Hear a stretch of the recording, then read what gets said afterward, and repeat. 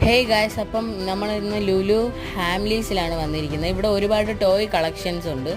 70% ഓഫാണ്. റംസാൻ ആയതുകൊണ്ട് ഒരുപാട് കിണ്ണം കാച്ചി കളക്ഷൻസ് ഉണ്ട്. ഞാൻ തന്നെ അന്തം വിട്ടുപോയി.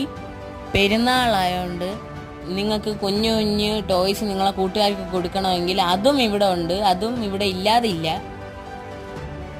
കാറ്, ഗണ്ണ്, ബൈക്ക്, പാവക്കുട്ടികൾ, പിന്നെ ഒരുപാട് കൊച്ചു കൊച്ചു അവതാറ്, പിന്നെ സ്കേറ്റിംഗ് ബോർഡ്, അങ്ങനെയുള്ള ഒരുപാട് ഐറ്റംസ് ഇവിടെ ഉണ്ട്.